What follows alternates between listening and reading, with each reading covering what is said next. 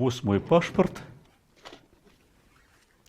Калі ласка, можаце паглядзець. Калі мяняў савецкі пашпарт, я звярнуўся ў міліцыю, каб мне выдалі пашпарт згодна закону аб мовах на спрадвечнай беларускай традыцыйнай мове.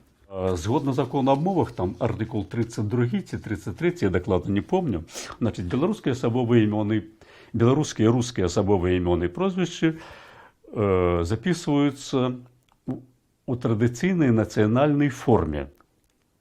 Про отчество нічого не сказано. І я попросив, значить, як і було. Начальник милиции отправил меня в ЗАГС. Оформляйте там. Выдали мне бланк на русской мове, где надо позначить место рождения, район, область, край. Я говорю, які у нас краї в нашому адміністраційному діленні? Ну, це в СССР було. Я говорю, так давайте зробимо наш. Я не прошу змінити моє ім'я. Я прошу менавіта выправіць імя, якое запісана у традыцыйным рускім стылі. Першае, пры абмене пашпарта у ім дапушчана недакладнасць у напісанні майго беларускага прозвішча Усовіч. У расійскай мове як Усовіч.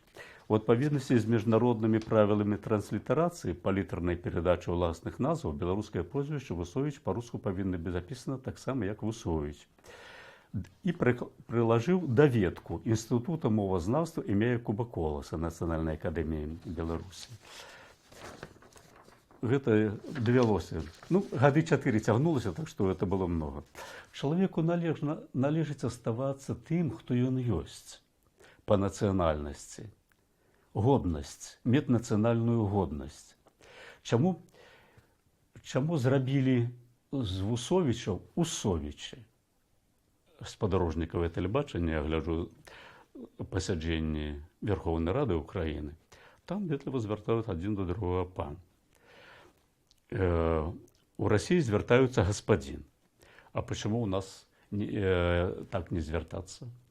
Ну, калі хочаце мяне называць у ветлівай форме, звяртайцеся. Спадар Антось Усовіч, альбо спадар Антось, альбо спадар Усовіч. Як кажуць, паміраць сабраўся, жыта сей. Поэтому, сколько тебе годов не было, ну, патрэбна, ну, не то, что развиваться, ну, неяк жыць сучасным жыццём.